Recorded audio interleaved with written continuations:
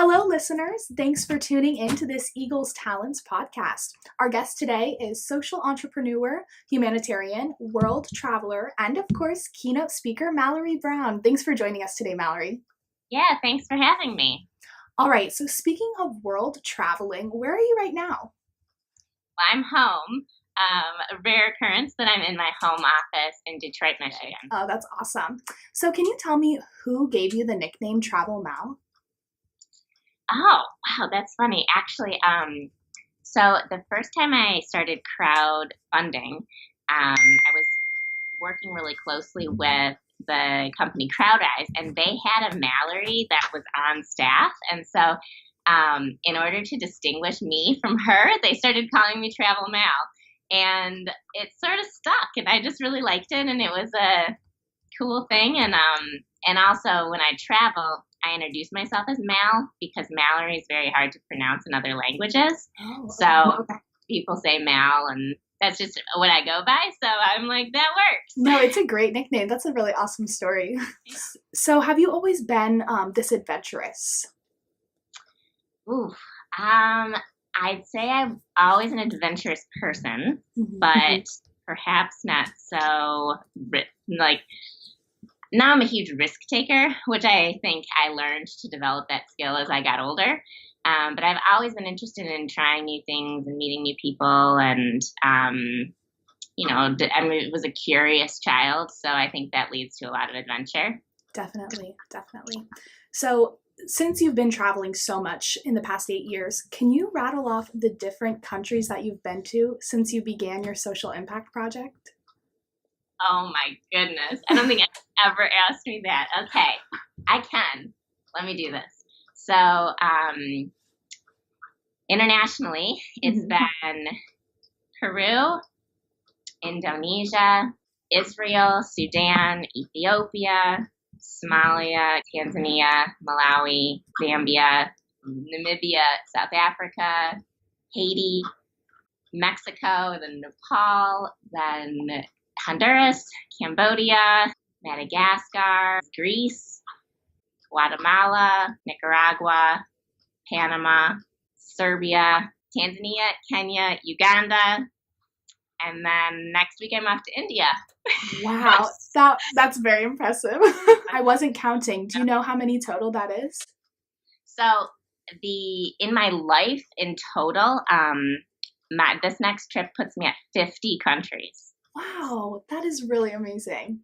Yeah, it's truly, it blows my mind when I hear that, but I'm 32 years old and I'm going on my 50th country. And yeah, just what an incredible opportunity. I've seen almost a quarter of the world. So it's very really awesome. That's great. So speaking of amazing and impressing things, you have many titles, and among them is being a social entrepreneur.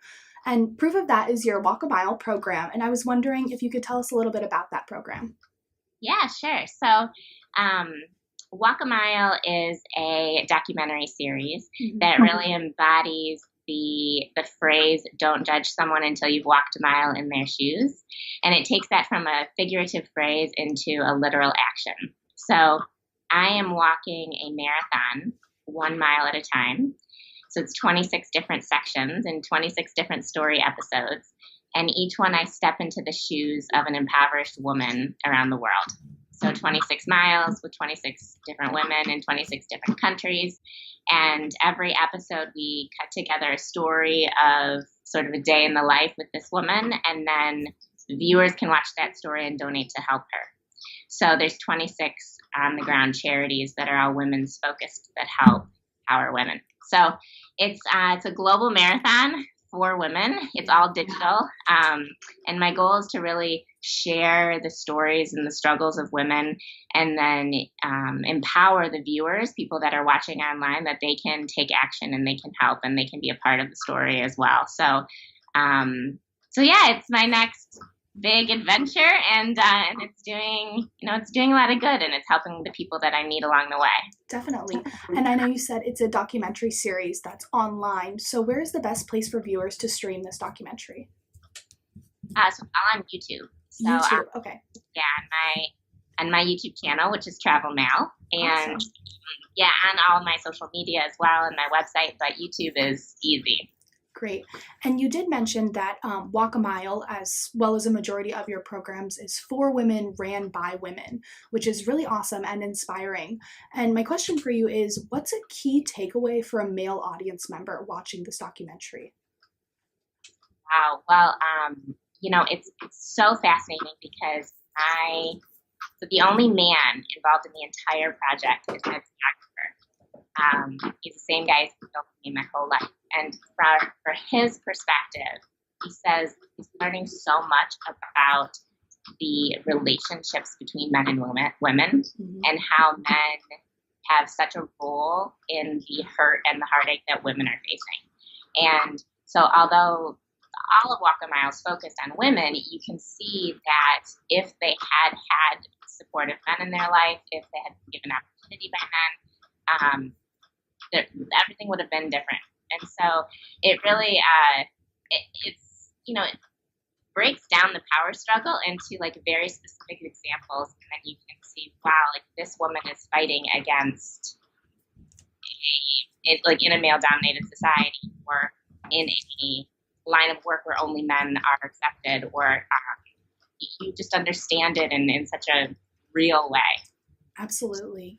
Yeah, thank you for sharing that. Certain companies like Facebook have allowed people to hold donation campaigns. And I understand that you also run some donation campaigns. So I was wondering, how can companies take a similar initiative by promoting a culture of giving back? Well, it's so incredibly important in all of life to try to encourage people to be generous and to be kind and thoughtful. Mm-hmm. And I see so many companies are trying to run philanthropic programs. And really, what a company should understand is that they are a key component into the life of all of their employees. And so they have access to a ton of people that are looking to them for guidance. So if they can provide opportunities for all of their employees to give back, they're captivating this. Like they have access to this whole group of people, and they can do what they want with it. And if they choose to activate this group of people for something good, they have such great power and influence to do that. That's with any company because they have employees and people that are looking up to them. Brands especially, they have audiences of customers, that know their brand and look to them for guidance as to how to, where you could give back, or what's a potential charity I could donate to, or what could I do without money but with my time. And I think companies need to own the responsibility of, like, they're not just selling their product, they're providing opportunities to people. And so making one of those opportunities a charity or a give back program it's just would be an incredible thing for them to do. Yeah, so you mentioned opportunities, and I'm sure through your travels you've encountered many different opportunities for yourself. And, you've been living a traveler's dream for the past 8 years. So my question is, how does your view of the world influence your approach to keynote speaking? So my keynote has shifted a lot over the years, and most recently it's really embodied what empathy means and how important empathy is in our lives. And my travels have shaped my entire approach to people. Mm-hmm. And so what I talk about in my speech is like a person-to-person human connection. And all of that is just supported by what I've learned about the world. And like the biggest takeaway I can have from my travels is that people are all the same. People everywhere, we have so much more alike than we have that's different.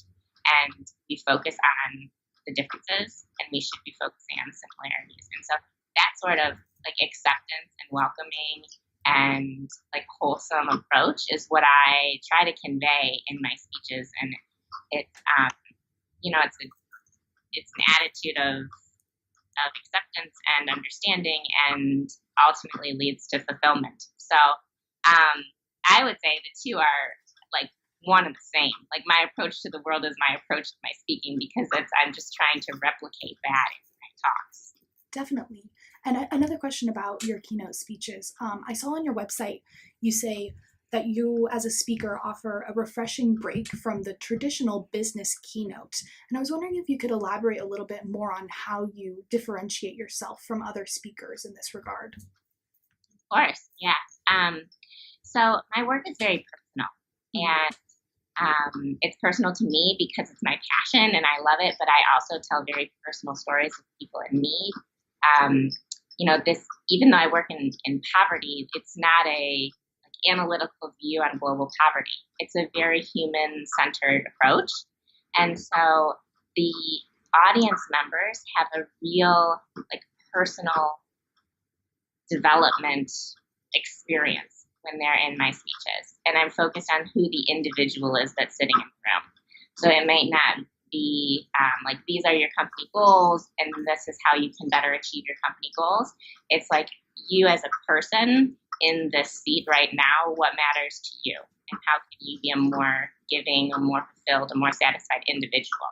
So I think it's a refreshing break because sometimes there's so many, like in a conference, there's so many concepts and ideas and big picture, and you're trying to juggle all of this. And then when you hear me speak, it's more of an internal view, let's reflect on ourselves and how we're approaching the world.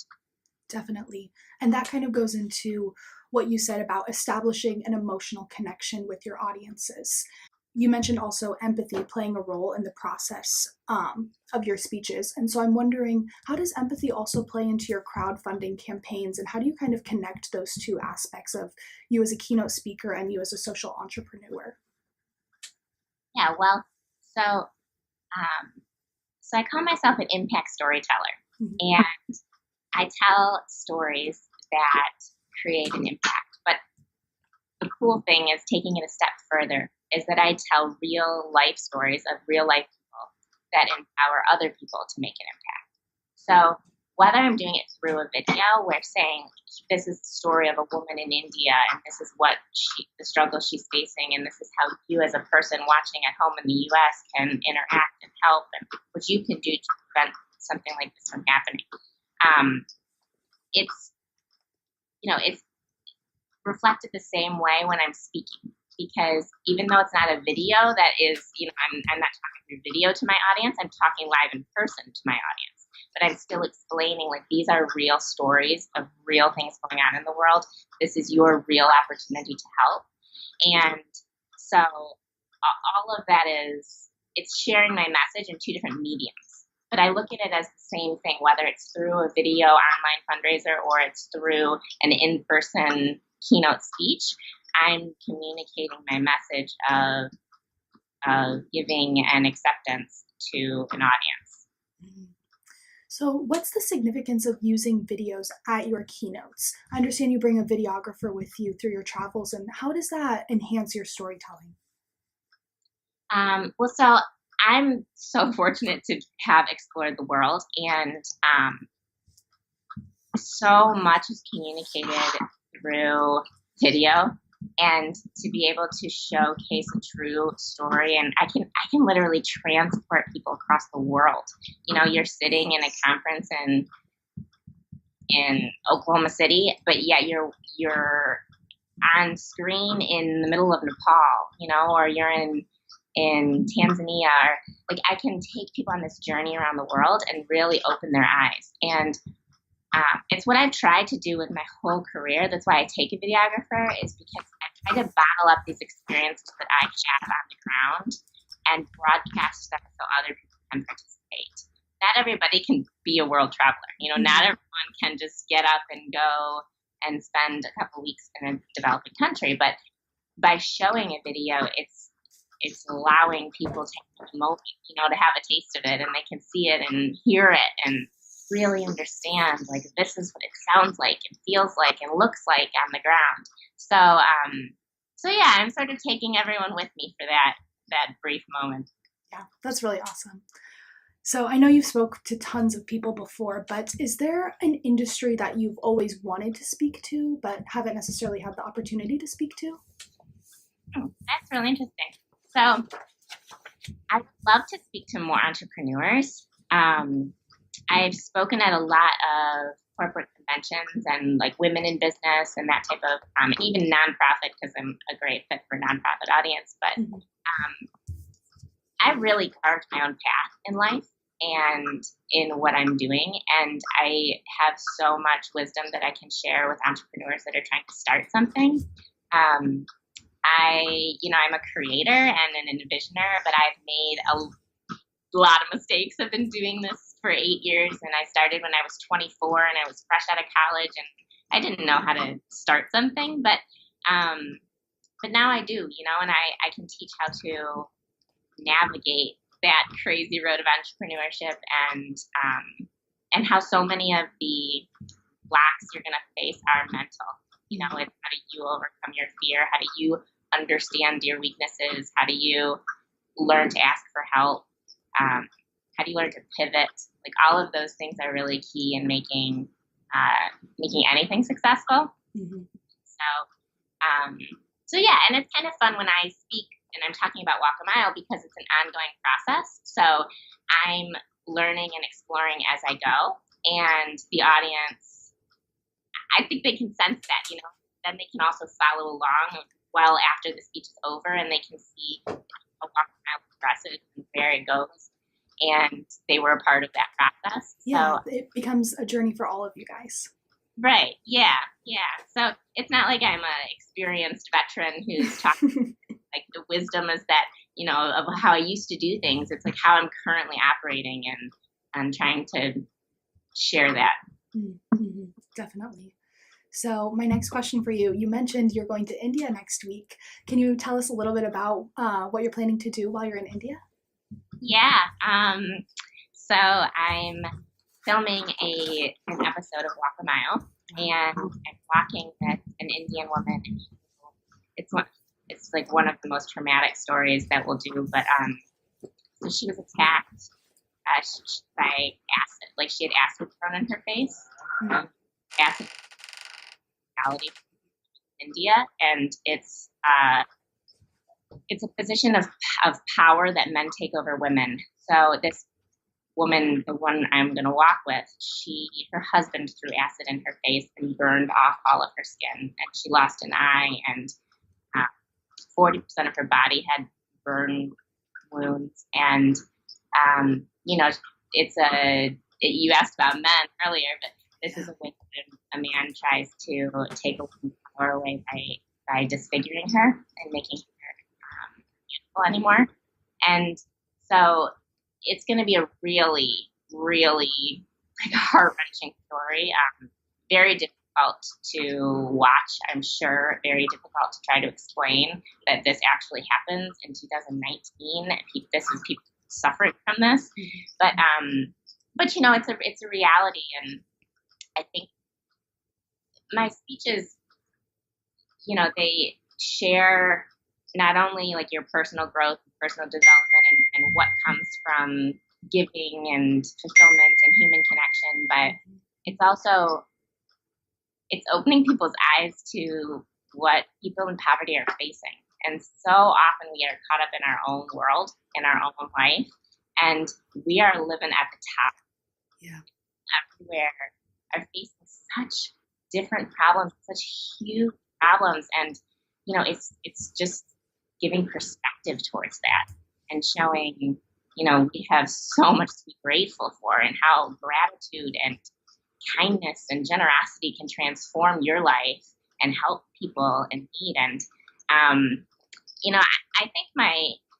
think when people bring me in, they're expecting sort of like a lighthearted like traveler speech, right. And everyone's like in tears and crying because I'm telling real stories of real people struggling, and it's important that we all hear that.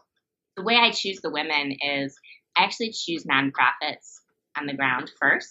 So in India, there's a nonprofit called Make Love, Not Scars, and it's a wonderful title of an organization, but they work to help acid attack survivors. And so I contacted Make Love Not Scars, which is a women-run nonprofit, and they are somewhat hosting me on the ground, and then they select a woman that they'd like to feature.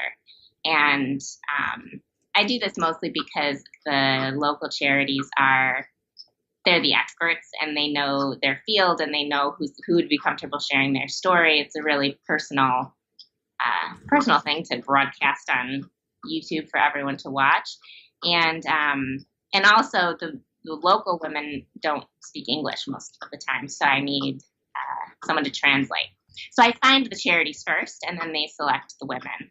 And so, the wonderful thing, if you're a nonprofit-minded person, is that Walk a Mile is essentially like a curated list of 26 nonprofits that are doing wonderful work for women globally. So you can, you have the opportunity to donate to each when you're watching, but also just to be aware of these wonderful organizations that are out there. Well, thank you so much for sitting down and talking with me today, Mallory. Your story obviously inspires many people as well as us here at Eagles Talent. I really look forward to seeing where your travels take you, and I wish you the best of luck in India next week. And you can watch very soon. You'll be able to watch India firsthand. Yes, that'll be really awesome. Thank you so much. All right.